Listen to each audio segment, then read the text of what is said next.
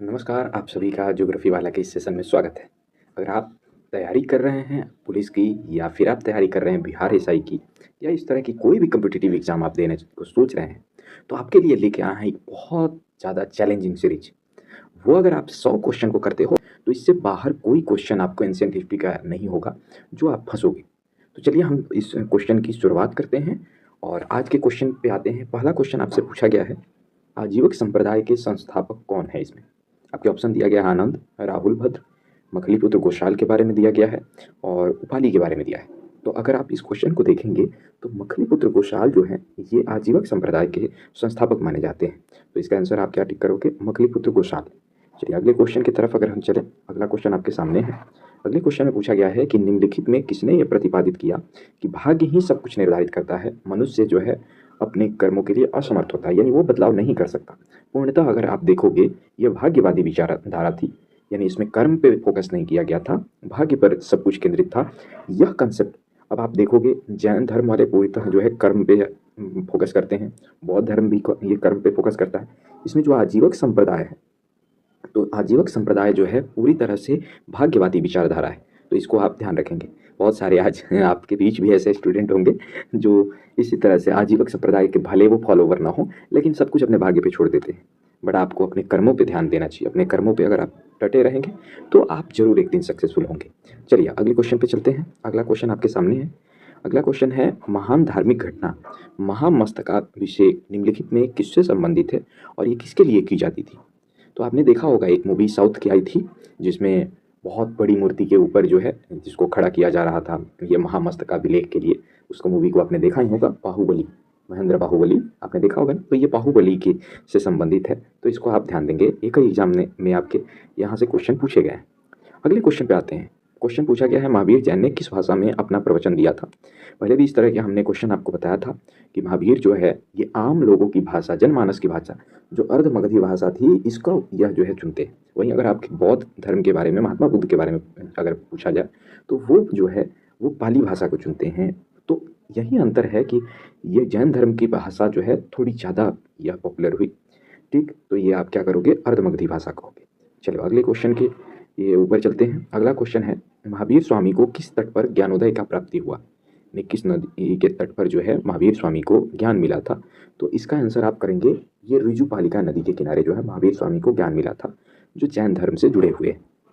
अगले क्वेश्चन की तरफ चलते हैं। अगला क्वेश्चन आपके पूछा गया है, महात्मा बुद्ध की माता ये किस वंश से संबंधित थी?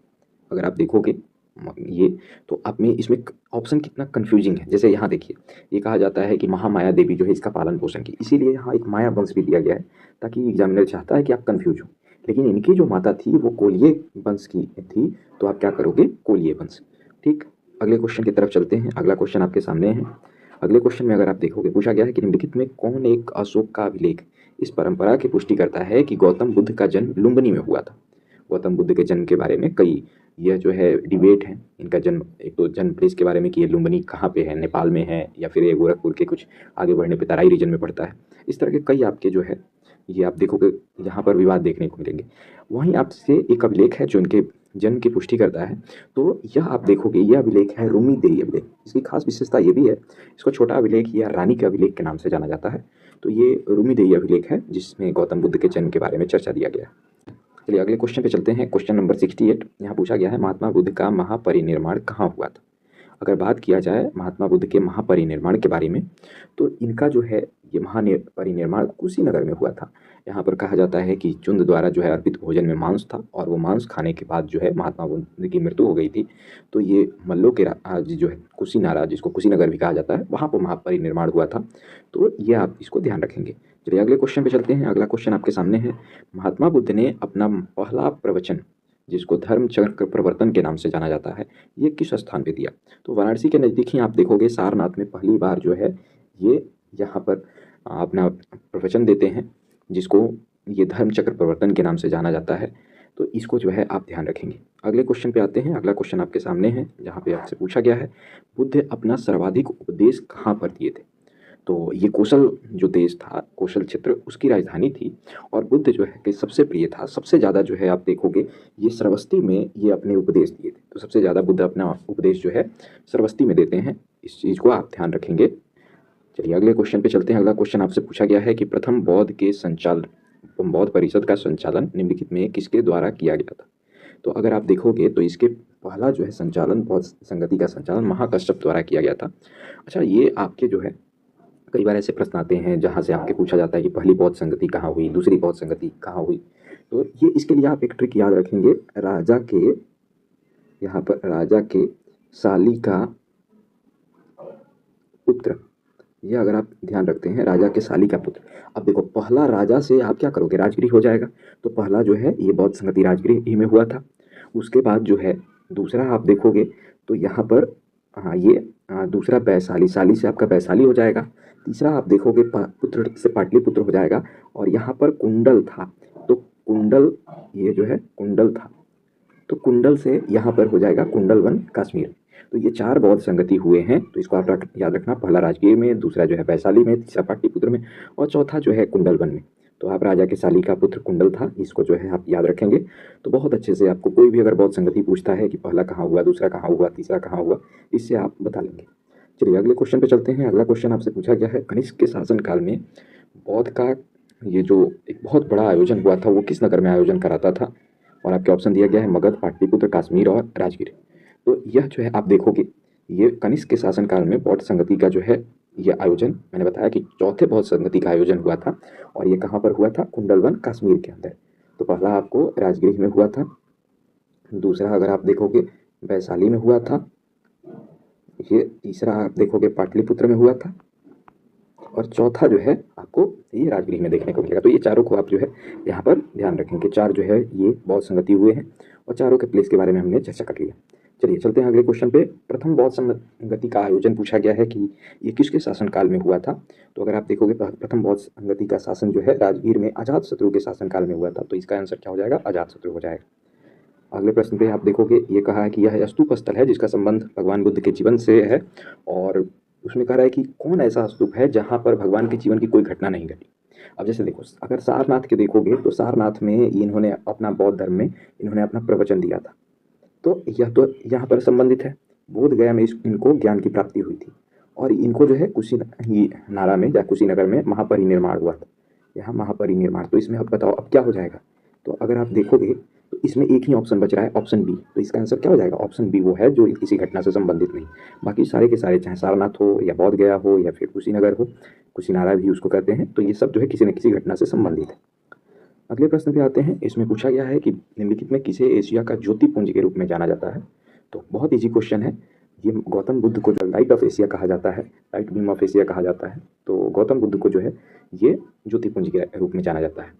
अच्छा, ऐसे आपसे और भी प्रश्न पूछे जाते हैं, हालांकि वो कंटेक्स्ट अलग हो जाएगा। आपसे मेडिटेरेनियन सी का लाइट हाउस पूछता है, भूमध्य सागर के पास कौन सी जो है ज्वालामुखी है जिसको भूमध्य सागर का लाइट हाउस कहा जाता है, प्रकाश स्तंभ कहा जाता है। खैर जब हम ज्योग्राफी की बात करेंगे वहाँ पर ऐसे क्वेश्चन बहुत मिलेंगे आपको। चलिए तो इसका आंसर हो जाएगा गौतम बुद्ध ए। अगले क्वेश्चन पे चलते हैं। अगला क्वेश्चन आपके सामने है, महात्मा बुद्ध के संबंध में निम्नलिखित में कौन सा कथन सही है। अब देखो यहाँ पर 4 स्टेटमेंट आपको दिए गए हैं और इसमें आपको बताना है कि कौन सा। अभी आपने देखा है ये अभी कल ही यूपी के एग्जामिनेशन हुए यूपी पीसीएस का, तो उसमें इस तरह के क्वेश्चन का भरमार थे। मल्टीपल स्टेटमेंट वाले धीरे धीरे आप क्वेश्चन बहुत ज़्यादा आपसे पूछे जा रहे हैं। तो जैसे ये क्वेश्चन थोड़ा लंबा है और अगर आप नीचे की तरफ देखोगे तो इसके कूट दिए गए हैं। तो हमने स्टेटमेंट को देखते हैं। दिया है कि उनका जन्म कपिलवस्तु में हुआ था। बात तो यहाँ पर अगर आप देखेंगे तो ये बात बिल्कुल सही है, उनका जन्म कपिलवस्तु में हुआ था। दूसरा दिया गया है कि इनका जन्म जो है बोध गया में, मतलब इनका ज्ञान की प्राप्ति बोध गया में हुआ था। इन्होंने वैदिक धर्म को अस्वीकार किया, ये भी बात सही है। उन्होंने 4 आर्य सत्यों का प्रचार किया, उन्होंने जो है ये आर्य सत्यों का प्रचार किया। तो ये यानी अगर कूट को आप देखते हैं तो इस चारों स्टेटमेंट सही है। तो क्या हो जाएगा, सही आंसर आपका हो जाएगा कि ऑप्शन डी, इसके चारों के चारों जो है सही। चलिए अगले क्वेश्चन पे चलते हैं। क्वेश्चन नंबर 77 में यहाँ पूछा गया है कि बौद्ध संघ में भिक्षुणों के रूप में स्त्रियों के प्रवेश की अनुमति बुद्ध द्वारा कहाँ पर दी गई थी। अगर इस क्वेश्चन को देखोगे तो ये एक क्वेश्चन में ये अनुमति वैशाली के अंदर दी गई थी। थोड़ा आपके लेवल से टफ का क्वेश्चन है बट इसको आप ध्यान में रखेंगे, ये बहुत सारे एग्जामों में ऐसे ऐसे क्वेश्चन भी पूछने लगे हैं। अगले क्वेश्चन पे आते हैं। अगला क्वेश्चन आपसे पूछा गया है त्रिपिटक क्या है। जब बौद्ध धर्म के बारे में आप पढ़ते हैं तो यहाँ पर आपको त्रिपिटक की चर्चा आती है। इसमें आप देखोगे, इसमें आपको सूत पिटक देखने को मिलेगा, आपको विनय पिटक देखने को मिलेगा और आपको अभिधम्म पिटक देखने को मिलेगा। अब यहाँ पर ये अगर आप देखोगे तो सूत पिटक में ये गौतम बुद्ध के यह जो है शुरुआती जीवन की कहानियाँ हैं। विनय पिटक में अगर देखोगे तो संघ के अंदर जितने नियम कानून थे, ये रूल्स बुक का आप कह सकते हो, जितने नियम कानून थे उनकी चर्चा है। ये जो है आप कह सकते हो ये जीवन की से संबंधित है, उनके जीवन की कहानियाँ हैं। और यह जो है दार्शनिक उन विचारों का संग्रह किया गया है। तो यह जो है दार्शनिक विचारों का संग्रह है। तो यह जो है बुद्ध के उपदेशों का संग्रह है, त्रिपिटक, सूत पिटक, विनय पिटक और अभिधम्म पिटक। तो इसको आप ध्यान रखेंगे। ऐसा नहीं कहेंगे कि ये त्रिपिटक जो है गांधी जी के 3 बंदर थे, या जो है ब्रह्मा विष्णु महेश थे, या महावीर के 3 नगीने थे। ये बौद्ध धर्म से संबंधित है। चलिए अगले क्वेश्चन पे चलते हैं। अगला क्वेश्चन आपसे ये पूछा गया है, निम्नलिखित में आप विचार कीजिए।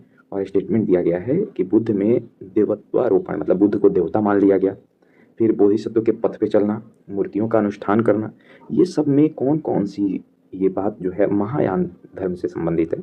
अब अगर आप देखोगे तो चौथे बौद्ध संगति में जाकर के हीनयान और महायान, ये 2 भागों में बौद्ध धर्म टूट जाता है। एक तो महायान है, एक ये मेजॉरिटी वाला, ये मेजॉरिटी है, और यह जो है एक हीनयान है जो माइनर ग्रुप है, हीनयान। अब ये जो है यहाँ पर अगर आप देखोगे तो महायान शाखा में ये बुद्ध को देवता भी मान लिया गया, उनकी मूर्तियाँ बनने लगी, वो बोधिसत्व के भी मानते हैं, मूर्तियों का अनुष्ठान वो करते ही हैं। तो इसका के हिसाब से क्या हो जाएगा कि यह जो है स्टेटमेंट तीनों का तीनों जो है ये इसमें सत्य है, मतलब तीनों जो है बौद्ध धर्म से संबंधित है। तो इसका आंसर आप क्या करोगे, आंसर कर दोगे डी। चलिए अगले क्वेश्चन पे चलते हैं। अगला क्वेश्चन आपके सामने है, पूछा गया नैनार संत कौन थे। अब देखो 2 तरह के संत आपको देखने को मिलेंगे, अलवर संत और नैनार संत। तो जो शैव धर्म को मानने वाले थे, यानी शिव के जो मानने वाले थे, वो नैनार संत कहलाते हैं। और जो वैष्णव धर्म को मानने वाले थे, इनको अलवर संत के नाम से जाना जाता है। तो अलवर और नैनार 2 ग्रुप जो है ये आपको देखने को मिलेगा। हाँ, तो इसमें शैव धर्म से मानने वाले को नैनार के रूप में जानते हैं। चलिए अगले क्वेश्चन की तरफ हम लोग बढ़ते हैं। अगला क्वेश्चन आपके सामने है, पूछा गया है कि ब्राह्मणी लिपि को सर्वप्रथम किसने पढ़ा था। यहाँ कनिंघम महोदय दिया गया है, एच दानी महोदय का है, फुलर महोदय का है, और ये जेम्स बिशप महोदय का है।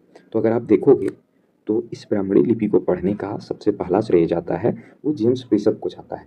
तो ये क्या हो जाएगा, जेम्स बिशप। अच्छा, जेम्स बिशप के बारे में ये कहा जाता है कि ये अंग्रेज थे, और इन्हीं के जो है आगे चल के प्रेरणा से और विलियम जोन्स के द्वारा यहाँ पर जो है एशियाटिक सोसाइटी की स्थापना हुई, जो भारत के अभिलेखों को पढ़ने और भारत के इतिहास में बहुत ज़्यादा उसका कंट्रीब्यूशन है। तो इस बात को भी आप यहाँ पर ध्यान में रखेंगे। अगले प्रश्न की तरफ हम लोग चलते हैं। अगला प्रश्न आपके सामने है, निम्नलिखित अभिलेखों में अशोक का नाम उल्लेखित है। पूछा गया है कि किस अभिलेख में अशोक का नाम उल्लेखित किया गया है। ठीक, अब भाब्रू अभिलेख है, 13वां शिलालेख अभिलेख है, रूमीदेई का स्तंभ लेख है, और मस्की और गुर्जरा का लघु है। तो अब आप देखोगे मस्की में, गुर्जरा में, उद्गोलन में, ये 3-4 ऐसे अभिलेख हैं जहाँ पर अशोक का नाम मिलता है। ठीक, ये क्लियर नाम जो है प्राप्त होता है। तो इसका आंसर क्या हो जाएगा, मैंने जैसे डिस्कशन में चर्चा किया कि मस्की, गुर्जरा या फिर उद्गोलन, ये सब अभिलेख जो है जो अशोक के नाम को बताते हैं, तो अशोक के नाम से संबंधित है। चलिए अगले क्वेश्चन पे चलते हैं। अगला क्वेश्चन आपसे पूछा गया है, अशोक का रूमीदेई स्तंभ निम्नलिखित में संबंधित है, किससे संबंधित है। हम लोग क्वेश्चन की शुरुआत में इसके बारे में पढ़े थे, जिसको हमने कहा था कि इसको छोटा अभिलेख या रानी का अभिलेख भी ये कहा जाता है, रानी का अभिलेख के नाम से भी जाना जाता है।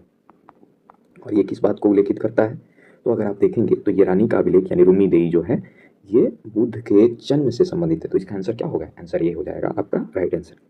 चलिए अगले क्वेश्चन की तरफ चलते हैं। अगला क्वेश्चन आपके सामने है, निम्नलिखित में किस दक्षिणी राज्य का उल्लेख अशोक के अभिलेख में नहीं है। यानी साउथ के राज्यों का, अशोक जो अपने शिलालेख में साउथ के राज्यों का उल्लेख करते हैं, तो उसमें किस जो है ये राज्य का उल्लेख वो नहीं करते हैं।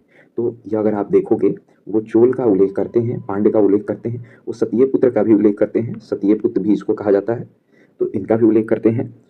इसमें उल्लेख किसका नहीं करते हैं, वो सातवाहनों का उल्लेख नहीं करते हैं। तो साउथ के राजाओं में, अशोक के अभिलेखों में आप देखोगे सातवाहन का उल्लेख नहीं है। अगर थोड़ी सी हिस्ट्री की आपकी बेसिक समझ है भी, तो आप देखोगे कि यह जो है सातवाहनों की जो इतिहास की शुरुआत होती है वो बहुत बाद में शुरुआत होती है। तो इस कारण से ऑब्वियस है कि किसी राज्य के शुरू होने के पहले जो अभिलेख खुदे जा रहे हैं उसमें तो उनका नाम होगा नहीं। तो ये इसका आंसर क्या हो जाएगा, आंसर हो जाएगा आपका डी यानी सातवाहन। ठीक है, अगले क्वेश्चन की तरफ चलते हैं। अगला क्वेश्चन आपके सामने है, टॉलमी फिलाडेल्फस जिनके साथ अशोक का राजनयिक संबंध था, वो कहाँ का शासक था। यह जो है राजनयिक संबंध वाले यानी पॉलिटिकल जो है संबंध वाले, ये कहाँ के शासक आपको देखने को मिलेगा, टॉलमी फिलाडेल्फस। तो अगर इसके बारे में हम चर्चा करें तो टॉलमी फिलाडेल्फस जो है आपको मिस्र का ये शासक देखने को मिलेगा। तो टॉलमी कहाँ का यह जो है शासक था, इजिप्ट या मिस्र का शासक था। तो हम लोगों ने आज जो है ये ढेर सारे क्वेश्चन किए, उसके बाद और हम लोग अभी 20-25 क्वेश्चन और इससे करने वाले हैं, ताकि आपकी पूरी एनसीईआरटी हिस्ट्री जो है वो बहुत अच्छे से रिवाइज हो जाए। किसी एग्जाम में अगर आप जाने वाले हैं तो बहुत मतलब एक क्विक रिवीजन करके आप चले जाएँ। तो ऐसे वीडियोज़ के लिए मैं मेडिवल का भी बना दूंगा, मैं मॉडर्न का भी, मैं ज्योग्राफी की भी आपको प्रोवाइड कर दूंगा। और आने वाले एग्जाम जो बच्चे बिहार पुलिस की तैयारी कर रहे हैं, या फिर एसआई की तैयारी कर रहे हैं, या फिर एसएससी की तैयारी कर रहे हैं, तो उनके लिए बहुत उपयोगी चैनल ये है। तो आप उन तक ये बातों को पहुँचाएँ, इसको आप सब्सक्राइब करें, मित्रों में आप इसको शेयर करें, ताकि जो है मुझे मोटिवेशन मिले और मैं आपको इस तरह के बहुत सारे जो है इन्फॉर्मेटिव वीडियो प्रोवाइड कर सकूँ। तो आज के लिए बस इतना ही, फिर हमारी मुलाकात होगी अगली क्लास में। तब तक के लिए thank you, good night, bye bye.